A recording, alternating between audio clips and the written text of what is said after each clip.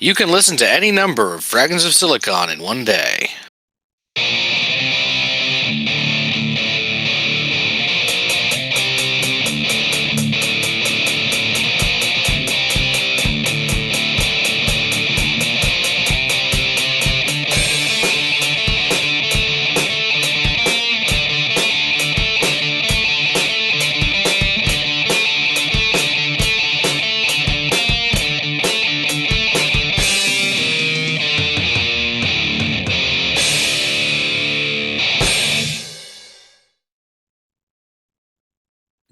All right, welcome to the Fragments of Silicon Daylight interviews. Joining us today is Alfie Wilkinson of Spacespy Game. Hello. Happy to be here. Good to know. I'm doing amazing, thank you. Right. So how we like to get started usually is we'd like to get to know the people behind the games and all that business, though you're a bit of a special case because you are 15 years old, correct? Yep. Yeah. So usually when we ask people about how they got interested in video games, it's a bit more elongated, if that makes any sense.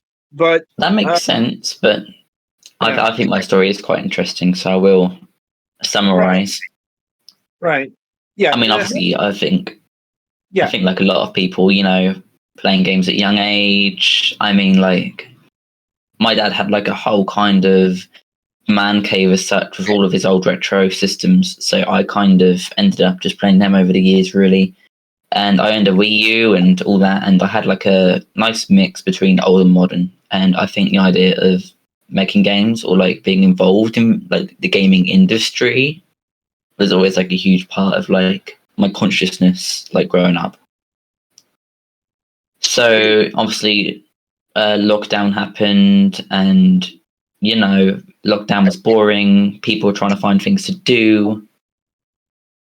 So I just decided let's start making a game, and I kind of learned some tutorials, picked up some bits and pieces here, learned a tool called Construct Tree. That's how I made my games. And then I just kind of messed around during lockdown for a bit.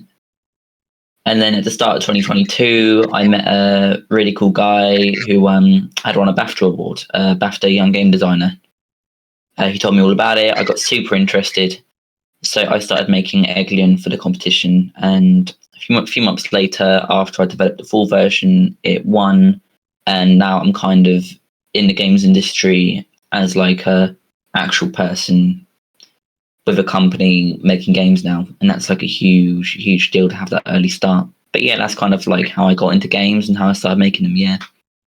Yeah, and that's the unusual part of this story. Not so much that you are making games, but that you're an actual professional with an actual game that's not just released to itch.io or something like that.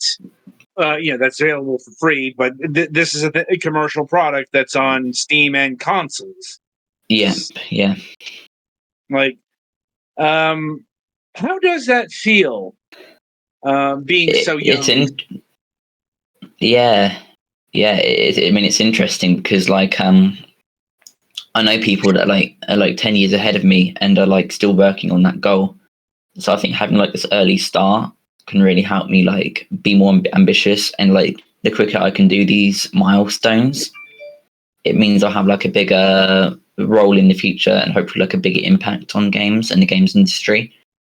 But I think the overall feeling of being like, I released a game on consoles at 14, that was mad. Like, obviously I have a lot of people to thank for that. I have the publisher that helped me get it on consoles. I have the BAFTA team that kind of pushed me to be more out there and release Eglion on all these different systems. So again, I think it was a lot of a push. But obviously, it was my decision, and I did do a lot of work into making it happen. And I'm kind of glad that I did do it in the end, yeah. So it felt great in the end, yeah. And I hate that. I had something that I forgot it. Yeah. Oh, right. And has your age presented an issue in terms of being taken seriously as a game developer? Interesting one. It's a mix really, because I think you get like a lot of like kudos and respect, and you're so talented for your age, and you know that kind of thing, and that you're going to be so big in the future. Yet it also kind of restricts me on some things I can do. Obviously, like usually, like you know, like I'd have to get like special access into like a conference that I want to go to because some of them are restricted for over 18s. So it's almost kind of like, yeah, I think there's kind of this expectation in the entire games industry that like anyone who's involved in it has to be over 18 because it's impossible to have it otherwise. So I think, yeah, I don't know if people take me seriously or not, because I've heard a mixed bag of like, you're amazing for your age, but nobody like, not nobody, but I think a lot of people often respect me for like what I'm doing like for my age, but never like what I'm doing in general. And I think that's a big thing that I want to kind of earn for myself, is like, you know, make things that can gain actual respect as a whole instead of respect for my age. Because, you know, I think once you do become over 18, nobody really tells the difference between a 25-year-old's game and a 40-year-old's game. It all kind of is a bit collective.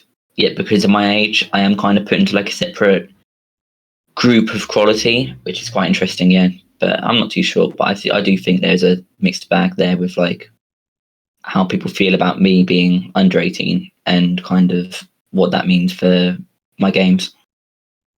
I could definitely see it, because, yeah, you're probably being viewed as maybe not necessarily a prodigy of, you know, developing video games, but certainly somebody who's fairly advanced or adept, at least in terms of the mechanics. Yeah. You know, because you know, once again, going back to what I said earlier, you know, what your average 15, 16-year-old or whatever, you know, what they're developing in terms of video game is a lot more amateur. You know, Yeah, it's like your average Flash game, or you know, like you know, Bop the Ball or something. Yeah, I get your gist. Yeah, or you know, they're like building something in Minecraft, or yeah, or Scratch, or Roblox, or who knows as what. Back in my day, it was Doom mods. Ah, yeah, it was Doom mods, and I think modding in general was quite big back then, back in like the 2000s and 90s. Yeah, I mean, you can trace all that all the way back to a game called Load Runner and its custom design maps and stuff. But even further back, you used to have like bedroom coders for like Commodore, and like people would make like tapes, and the newspapers would distribute them, and they'd earn like a few pounds or a few dollars off these games, you know, and they'd earn like about $100 off like a little game they made in their bedroom with their friend. Yeah. And I think that's kind of how like young people in games did kind of start that way. Yeah. It's another thing I'm noticing here. You're fairly knowledgeable about video game history, or I am, yeah. you know, for a teenager, as you know, once again, I'm not sure how many 14-year-olds would know about the Commodore, the Commodore indie scene. Well, not just the Commodore indie scene, but you know, just Commodore in general. You know, most people, right? I was watching this video the other day from the Ellen show, and it was about like this teenager girl that like didn't know how to use like a rotary phone. Mm-hmm. And it shocked me. It shocked me. Like, who doesn't know how to use a rotary phone this age? Apparently, everyone. Like, you know, I don't get it at all. It's mad. Yeah, it's like another example. You know, people don't know what teenagers. They don't know what a floppy disk is. No, like they don't know. Yeah. Somebody They 3D know- printed a save icon? Kills me every time. Yeah. Oh my god. So you've definitely got quite a bit of knowledge behind you as well, like, which is interesting of itself. And I suppose that gets to my next question, and that is, how do you balance, like actual, commercial game development with the fact that you are, I assume, going to secondary school? Yeah. So I'll be straight. I've been out of secondary school for a good half a year now, which has kind of helped me focus a bit more. But I'll be going back in September for finishing my GCSEs, moving on to college. But yeah, I think before, even now, I have like a lot of like real life, responsibilities and things to do that don't involve game development. So it's like a very like hard balance, and I felt like, especially at first when I was starting to take it a bit seriously, I had to kind of manage like clubs and stuff. Like I was in a band, and it wasn't a band I was taking too seriously, so I just decided I'm just going to leave the band. They already have a lot of members, so it might just be best if I just go focus more on the thing that I'm getting really, really good at. But I think it definitely takes a lot of sacrifice when you're my age, because obviously, I think it is a lot easier to manage your time when you are older, because it obviously depends where you are, because if you're making games for indie games and obviously you have like a job every single day, then yeah, you're going to find it quite hard. But like it is easier to like get a job, or like kind of find a place in the industry when you're older, because if you've passed your exams and you have like some knowledge of programming or art, there's going to be a place for you. But I think for me, it's definitely a case of I'm still kind of working that out. So there's a lot of balance in there, especially with like school and stuff. Yeah. Like, oh, how do I put this? Like, Go ahead. well, it's like in terms of time management in video games, it doesn't get better as you get older. We've been learning. It doesn't. Yeah. Like, we just, we have people of all ages on this program week in and week out, just telling us how time consuming, more often than not, it is to make just one game.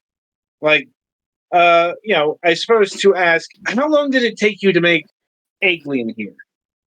2 months, I think. And this was during school. Yeah, it was. So this was just evenings, but I'd usually stay up to about 2 o'clock in the morning trying to make it. Like, which is a very fast turnaround time in terms of like even indie game. Yeah. Like, I hadn't finished anything. I hadn't finished anything up to that point. So in terms of like full games or like anything that like be worthy of going on Steam or even consoles, I hadn't even got close. So it was kind of like, I'm going to make like a small, very concise game in 2 months and get it out there, because there's no point trying to spend a year on some bigger game when I'm clearly not in the headspace, or I don't have the momentum yet to make that happen. Yeah, this seemed like a kind of extended game of the but of the same kind as you would get in a game jam, where the main thing of it is a simple concept and then just elaborating on it more. No, I agree with you there. Yeah, Ekelin was made in a week for a game jam. Then I spent it next week on polish and the first boss fight for the BAFTA submission, and then from that point I might have just spent about 2 months like making more content, really, because I remember at first it was just like, I'll make a second world for a bit of a joke and see how it comes out. And I really enjoyed doing it, so I made a third and a fourth and a fifth. And the game is pretty much like, I may as well just wrap this up now, get some features you'd expect in a full game in there, like more options and accessibility. And that'll do. I think that was the kind of way I saw it. So it was more of like an accident making Eglin into a full game. Yeah, I feel like it also intended, because I did see potential in, having this be the first game that I publish. Indeed. And it also shows an interesting focus of ambition here that we don't often see on this program, because Right. I think I can estimate out the average time to make even like an indie 2D game is about 3 Yeah. years. Yeah, and that's like people working on this full time. But something I will say about my engine real quick, Construct. Mm-hmm. It is very renowned for being able to have a quick turnout on small indie 2D games. And I think that is kind of why I'd like to pick up something like Unity soon, because not because I want to make it harder for myself, but because there's more potential to make a big, great game there, and I have more tools to kind of, I don't know, experiment and kind of branch out a bit. That definitely makes sense, especially since we've had people who have worked in Construct before, but yeah, they're not common. At least not compared to Unity or Unreal. Oh, 100% not. Yeah, those are the engines to be using if you're in game development more often than not. Yeah, it's also very more employable engine as well. A lot of these big game companies use Unity and Unreal for their big projects, I suppose. So it's good to pick these things up in case a good job or opportunity comes about, or it helps make a more approachable portfolio as well. Let's say my next game, I do make it Unity, that's attractable to employers because they can realize I'm experienced in what they're using for their own stuff. Indeed. Now, once again, this is an interesting conversation because, usually when we have somebody on the program, they're kind of set on their path. Yeah. But, you are somebody who has many crossroads in front of them. And that includes, in terms of the video game industry, do you see yourself continuing on the indie track? Or maybe do you aspire to be working at, a large publisher, something like that? Well, I've recently started up my own company. So my overall kind of lifelong plan, I don't have this fully thought out. I'm only 15 at the end of the day, but I think my kind of hope is that I could kind of go off and work for a company that I'm quite fond of with an existing portfolio of stuff that I make under my name.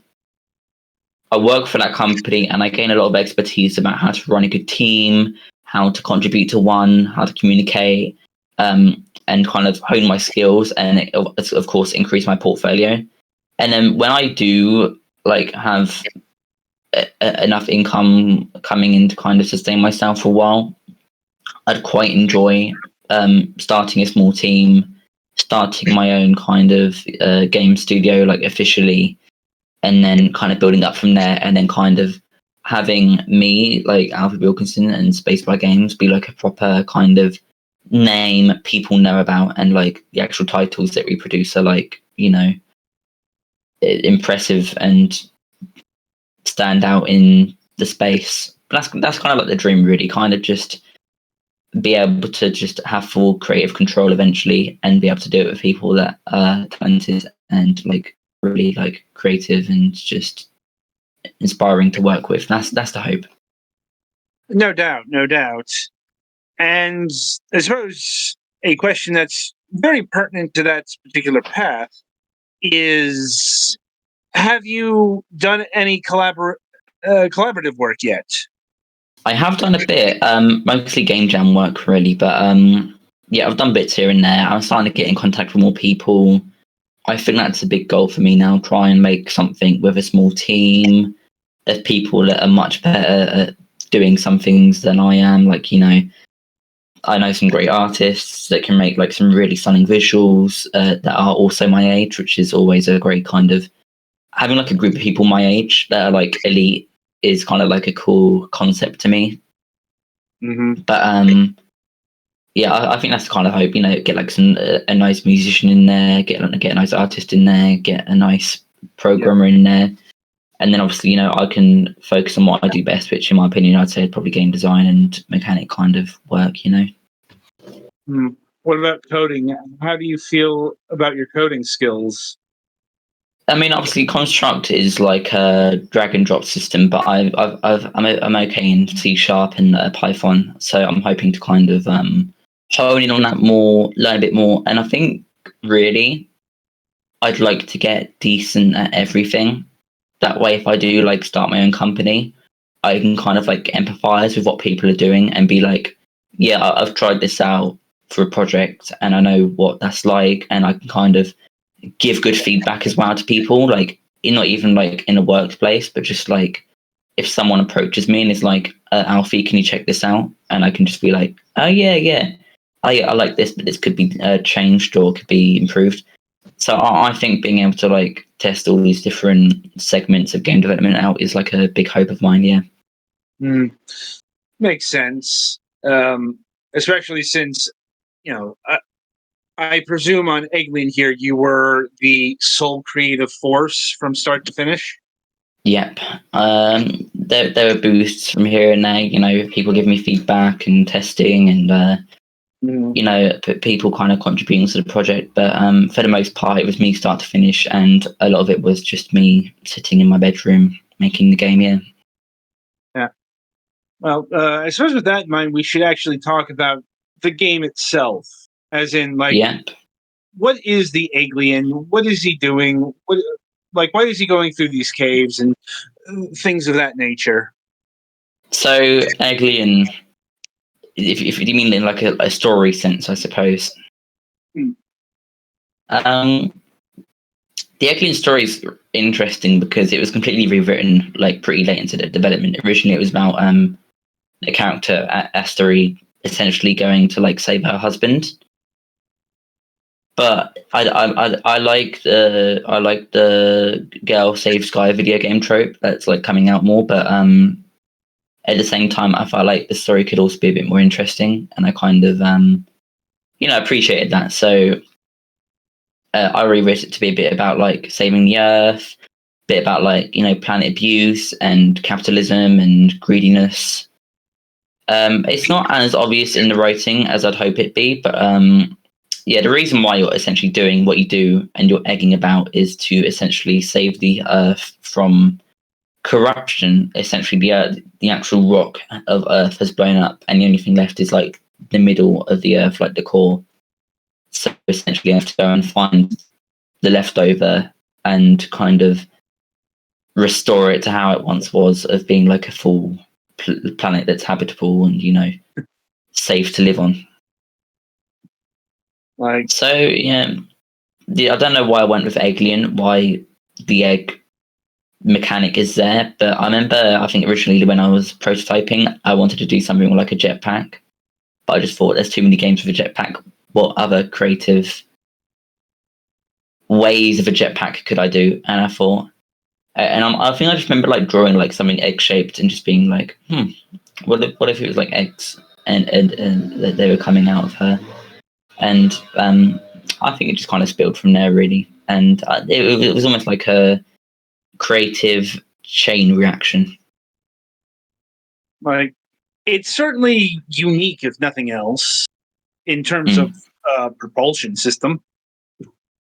Yeah. I mean, there have been many a game that have featured a person in a jetpack, including a game literally called Jetpack. But I think there is only one Egglian. Like, yeah, I've never heard of anything called Egglian. I don't know any games that contain aliens with eggs. Like, I've always thought if I made like if Eglin ever went down like a different path and it ended up being a 3D game, if it ever did become a 3D game, if I ever in 30 years I'm like, I should make like a sequel to like Eglin because I'm just a dumbass. I feel like I'd do something in the style of like Billy Hatcher. Don't know if any of you guys have played Billy Hatcher, but I have. that Billy Hatcher's a good game, but yeah, I don't know. I feel like the concept and everything else is just a bit unique and it's a bit out there and it's a bit strange. It's almost like something you'd see out of Japan, but yeah, I just think it's a bit different. Like it certainly got that. Like, and are you satisfied with how the expanded product turned out in the end? Yeah, I'd say so. It was a rocky ride. I don't think everything was perfect, as any game is not perfect, but Mhm. I feel like it came out okay. Yeah, I feel like I kind of set out what I wanted to do, which was just make like a game you can wrap up in like an hour or two, maybe more like an hour. Looking back at it, if you're like good at games, and I think that was it. Really, just kind of and just have like a little game that isn't 5 minutes long, but it isn't 5 hours long either. It's just like a nice little game that's kind of keeps you hooked from start to end and doesn't really drop any like attention. Right. And there's definitely a place for that, I think. You know, not every game needs to be dozens of hours long, like, or even like 4 to 6 hours long. You know? Yeah, I hate the expectation from gamers that like, oh my god, this game needs to be like 8 hours long because otherwise, what's the point in like paying like £10 or $10 for something? And that's just like a stupid analogy because there's like a lot of factors that go into like an engaging game, and like it's less about the time and about the content more. But what were you going to say? Sorry. You say that, but this is a conversation that has come up throughout the video game industry. In fact, I saw just the other day a review from PC Gamer about the Ratchet and Clank Rift Apart. Only being 10 hours and maybe not being worth your $60. So, and yeah. Some people place an overly linear relationship or a value relationship on money and time for a game. Well, I think without considering as much for like, I don't know, quality or. Well, it comes down to how much value you're getting for your money. It always has, because by and large, video games have always been expensive, with some exceptions. Like like one of the few exceptions I can think of is the early UK microcomputers coming out for like a cassette for eight quid at most, when games on cartridges cost about say 30-40 pounds. And it's and when you frame it in that context, that's why this conversation about how long a game lasts has always been there, because what are you getting out of your a lot of money towards an individual product. Like you're spending $60-$70 on a game, you probably want to get your money's worth, especially if it's new. Yeah, of course. Like, I mean, like $60 is a lot of money, of course, and 70, like, that's the thing. Like, when you think about it, I'm glad, like, more game companies are kind of like stepping up to their expectation. Like, been playing Pikmin 4 recently. That game's got a load of hours of content, and it all very like feels very like well thought together. So I am kind of glad that there is like a lot more attention for the fact that this is actual money people are spending on games. And I was quite modest with my pricing. It's only £5 for Eglian, and I think that's almost kind of a testament to the fact that I didn't want to charge. I didn't want to charge any more than that, because otherwise I just thought like people would feel a little bit let down. And I do think money, when it comes to like pricing for games, it does manage expectations quite a lot in terms of how good a game's going to be. Not how good, but like how worthwhile it's going to be. And also it's not like we are set with games, especially in the AAA space, that are time sinks. There's no shortage of AAA products that can command hundreds, if not thousands, of hours of your overall time of life. It's like, you want to lose 500 hours to a game, like Dying Light 2 is over there, or just invest in a game as a service thing. Yeah, I agree.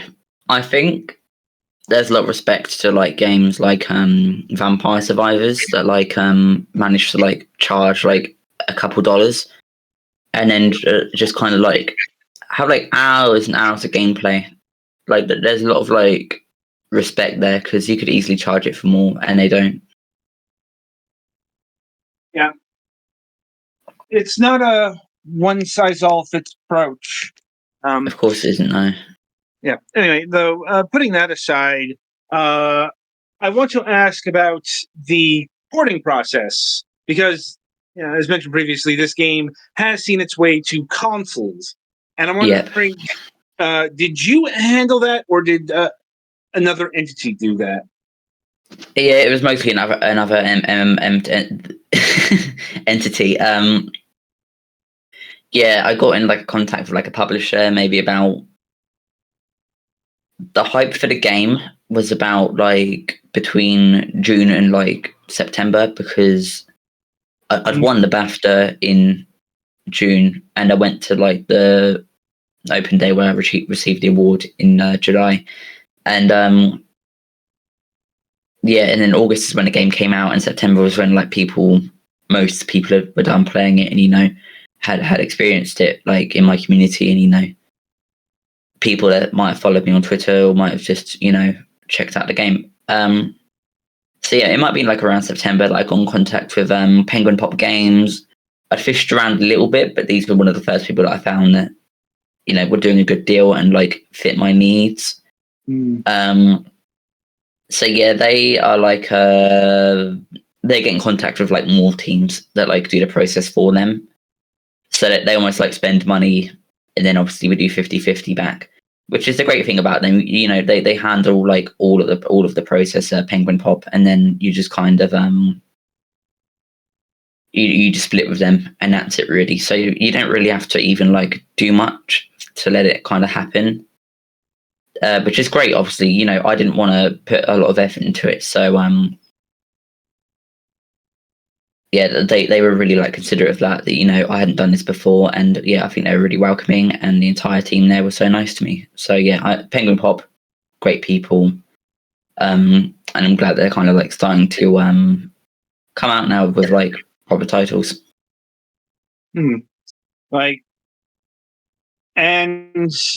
I'm wondering if that is something that you will want to, how do I put this, gain in terms of knowledge. Like, if you eventually want to be porting the games yourself to, like, not really. Switch.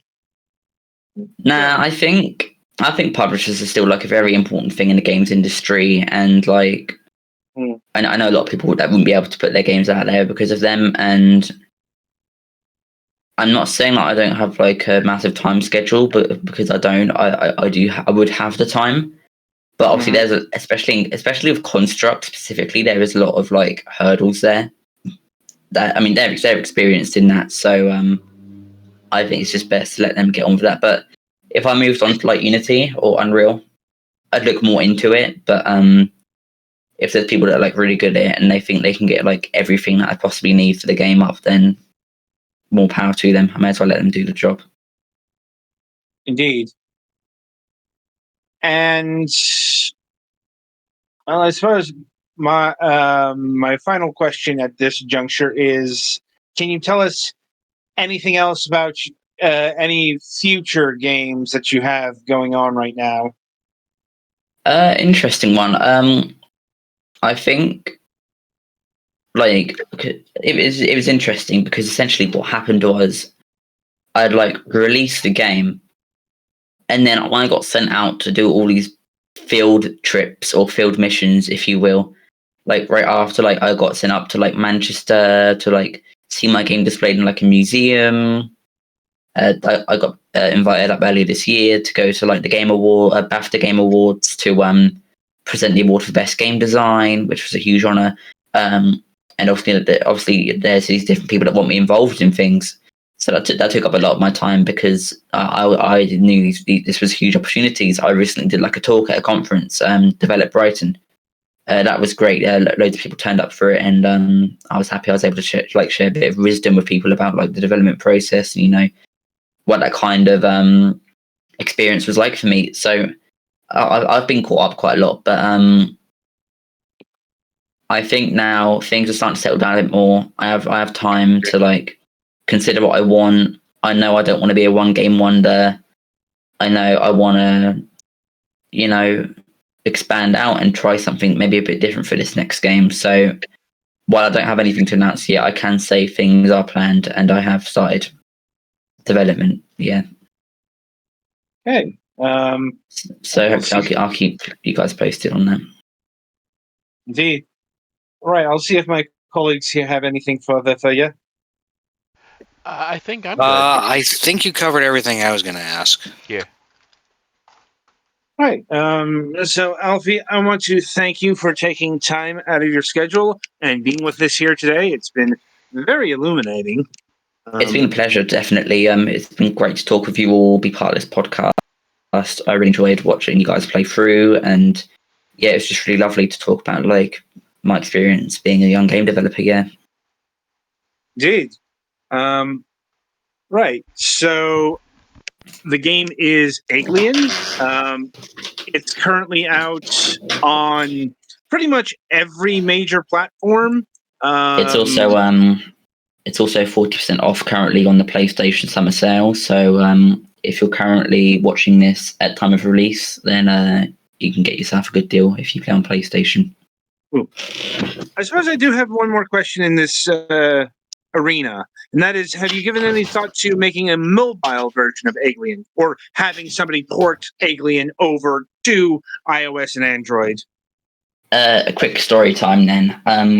My publisher got contacted by like a Roblox girl streamer. Like she does like I forgot the name of her, but she does like all like she makes like a pillow fort and she plays Roblox underneath and you know like all girly makeup kind of things.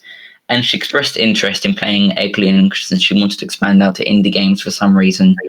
I don't know, but she said one of the rules was that it had to be available on mobile for her to play. And my publisher was like, "This is a huge opportunity. She has like 2 million subscribers on YouTube. We should definitely do this." And I was like, "It seems a bit scammy, but okay, as long as I don't have to do anything for it." And then yeah, like about 2 weeks later, we found out it was a total scam. And then yeah, we stopped considering a mobile version. I don't think Alien fits on mobile either, because I don't know if you guys have played like Sonic the Hedgehog or anything like that on mobile. Yeah. I refuse to. It's not great. It's almost just like these large buttons the amount on the of screen. screen real estate that gets taken up by your thumbs Exactly, and the controls is always a little bit rough. Alien's a very like precise game about reaction time and speed and being able to kind of like consistently do things the way you want them to. Whereas, you know, some mobile games just, you know, are very like free in how you can kind of like control them, like just one button game mechanics or something like that. But I will express interest in making a mobile game specifically for mobile in the future. But I think Alien's best on like PC and consoles. It's a Game Boy kind of styled game. It's very retro-y. It kind of just fits on those two places, I think.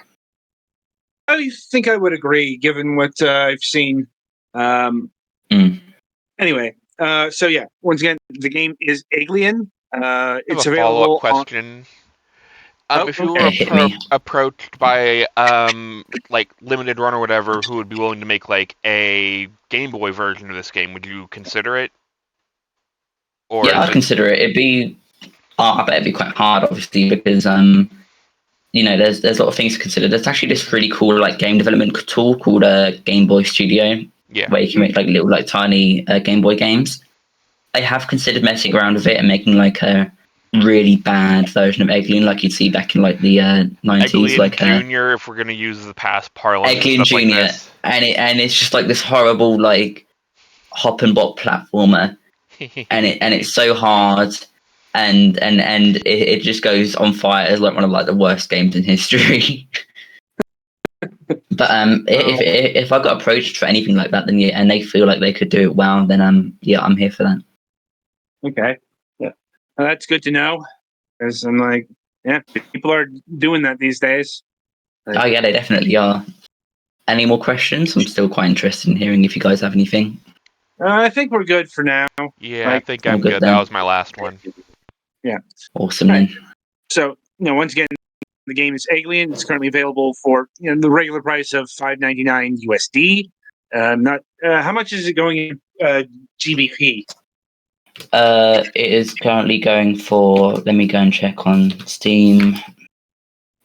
The prices actually vary per platform for some reason, but I'm pretty sure it's like £5. Yeah, it's £5. Great British price. Yep. Right. So, and be sure to pick it up today. And if you enjoyed today's interview, be sure to subscribe to the channel and hit the notification bell so you'll know when we go live in the future. And Yeah, do that. Do it. You get my endorsement. That's good to know. And yeah, that'll about do it for this installment of Fragments Silicon. Be sure to tune in next time for the Sunday reviews. And until then, I shall wish you good gaming.